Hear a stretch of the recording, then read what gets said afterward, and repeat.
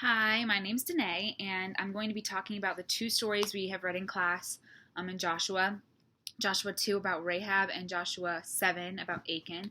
And what's kind of funny is on Friday nights, I lead a small group for my church of girls, and each of the girls were assigned a woman of the Bible that they're going to teach the group about.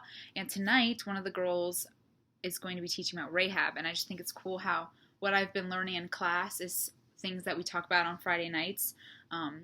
And I just think it's cool how God has worked that out so that I can learn things in class and help teach the girls more in depth because of what I've been learning. So I just think it's kind of cool.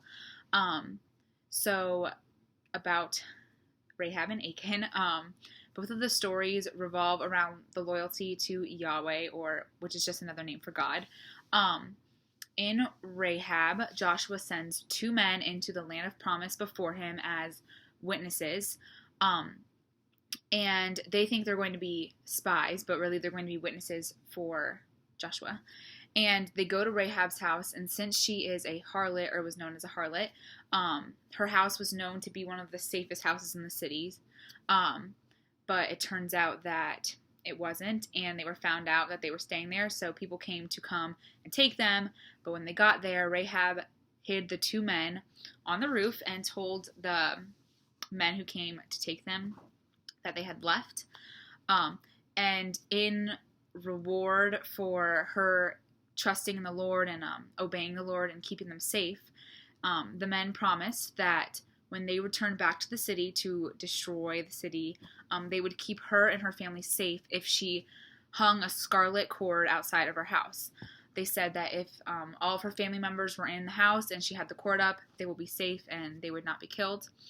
And it's an exact picture of what God did for us. The scarlet cord represented her salvation, and she needed to trust that it would save her life, just like we need to trust that God's blood, which is scarlet red, saves us and keeps us safe from eternal death.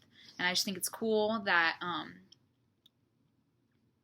it's that way in the Bible, and I never would have thought about that before until I read in my commentary more about it. And in Joshua 7 is the story of Achan, who was a Jew, which is known as God's chosen people, and he went to a temple and stole a bunch of things and disobeyed the Lord, and he was killed and murdered and stoned because of his disobedience to the Lord. And it's kind of crazy how God's chosen people, Achan was a Jew, and he was still killed because of his disobedience to the Lord. And it's kind of similar to today's church, like us being non-believers, we are not necessarily God's chosen people, but if we trust in the Lord and obey him like Rahab did, we will be saved from death. And it doesn't really matter if you're God's chosen people or not, because God's blood is what cleans us all and saves us all. So yeah, I just think those are some things that I noticed that were similar or different about the stories and what I learned. And I just think it's crazy how God works and the things that we can learn from the stories. So yes, I have loved this class, and it has definitely challenged me to read more in depth in the Word, and I can't wait to continue my years at Moody.